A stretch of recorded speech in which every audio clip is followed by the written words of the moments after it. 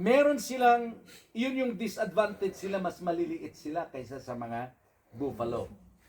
Kaya ano ang dapat gawin ng lion? Ano kayang dapat niyang gawin para malamon niya ang isang napakalaking kalabaw? Ano kayang gagawin niya?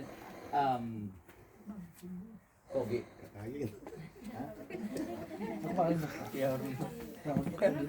Charlie Jr. Purely. Ha? Purely, pugi na. He chases. Pas na ako dyan. I like it. Yung humahabol daw siya. Anong part yung chase? Saan natin categorize yun? Ano yung dapat? Kasi mas malalaki sila pero gusto niya silang lamunin.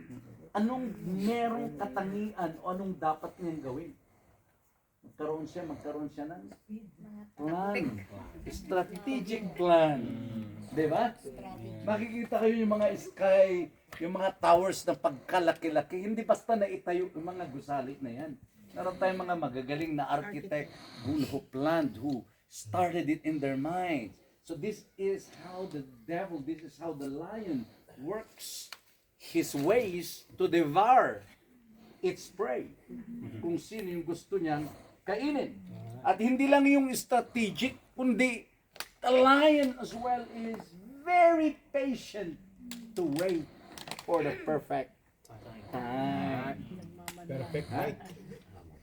Mapasensyado sila because they have... Now, let me ask you this.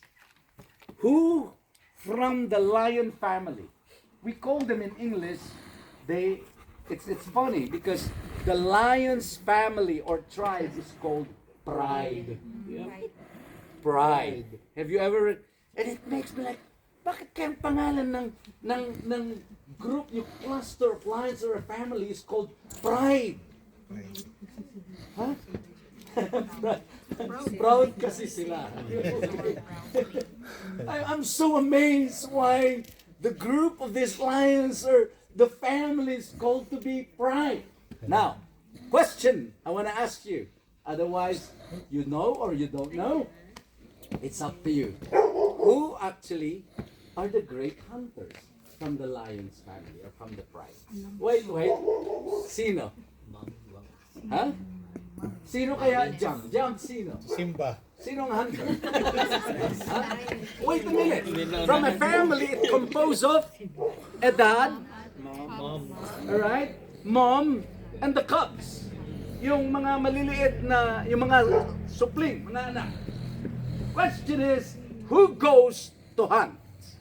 The babies. The mother, the father, or the babies? The babies. Oh, the babies now. Huh? Umayos ka, Sir Tina. Bebes. The brother? The father? The mother. Oh. Sino kaya? So, okay, lahat ng mga tatay gusto nagsabi, the father raised their hand. Oh, bakit ayaw nyo nakita yun? Yung mga papa. Oh, magpakatotoo kayo, magpakatotoo ah. Magpakatotoo kayo. Totoo kayo. Lahat ng nagsabi nanay ang hunter. Mas Ah. marami. Lalay. Alright? The hunters are the mothers. Hmm. Only 10% of the fathers contribute.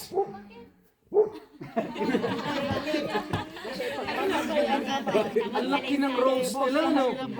Alam niyo, nung pinag-aaralan ko to, I realize kung bakit doon kasi sa Kalinga, hindi man lahat, kasi hindi ganun yung tribe doon sa place na yun, hindi. Pero sa Lubu, ang maraming trabaho, may obligasyon babae. Kapag ganyan naman, maraming trabaho. Welcome. Ano pa? Welcome. She just barked. Pasok na sa loob. Ano yung greater earners? Don't be embarrassed. Welcome. Di ba? So, Big. itong mother Welcome, bro. lion, how do you call a mother lion? So, you know? Lion. Pag marami. Correct, of course. Lionesses. So again, boys, anong pangalan ng babaeng lion? Okay, pag marami.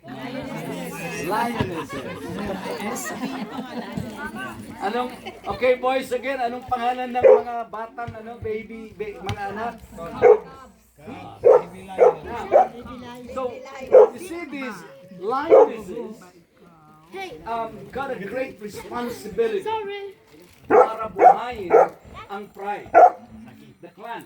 Amen? They need to go and hunt to supply food for the nourishment of the family. Right? They have to ensure that the pride, the clan, is fed every day. Right? Hirap ng role nila, no? Hirap pa, sir. Hirap ng role. Hanggang ngayon, napakahirap ng role ng mga babae. Right? Now, ang ginagawa nila, so when they go for a hunt, a lioness does not go by herself. They go by group and they coordinate together. Meron silang plano. Right? So ang ginagawa nila, they scatter themselves everywhere. Ni-scatter nila yung mga sarili nila sa iba't ibang lugar at madalas ang ginagawa na they hid themselves or hide themselves in a hole doon sa mga madamo, mapuno, no? At kahit sila ay magaling mag-roar, this is the moment they are patient and quiet. Bakit kaya? Siyempre mabulabog yung mga praise kung maingay sila. Kaya, shh, nahilig lang. Na parang walang lioness doon sa na nag-aantay. Alright? Nag-aantay sila. Alam mo yung kanina we talked about the buffalo. They were called water buffaloes, di ba? Water buffaloes. Ang mga buffalo, nung kami nag-aararo pa, namamastol ng kalabaw, I don't know si Francis, si Jay, kung naranasan pa niya nagpastol. Oo naman. Mo pa rin? Parang hindi na. Madaling mapagod itong mga kalabaw. They hate the sun. Not that they hate, but they can, madali silang mapagod. Pag napagod sila, you need to bring them to the water. That's why they are called water buffalo. Naalala ko nung ako'y nag-aararo pa during summertime, May. Kapag maligo yung kalabagaw, maligo din ako. Kasi mainit eh. Napakainit talaga, lalo na yung month of May. So where do you think the lions would hide themselves? Malapit doon sa river. Malapit sa pond. Kung saan pagdarating ang mga buffalo, they knew it. Nagmamasid sila, alam nila, you know, as they strategically spread themselves in different locations. Now, sobrang hungry nila. Tayo, pag hungry tayo, maingay tayo. Ang mga lions, they're different. Huh? When they are hungry, they're quiet. Bakit kaya? Because if they're hungry, lahat ng kanilang mga gustong i-devour, magsialisan, magsitakbuhan.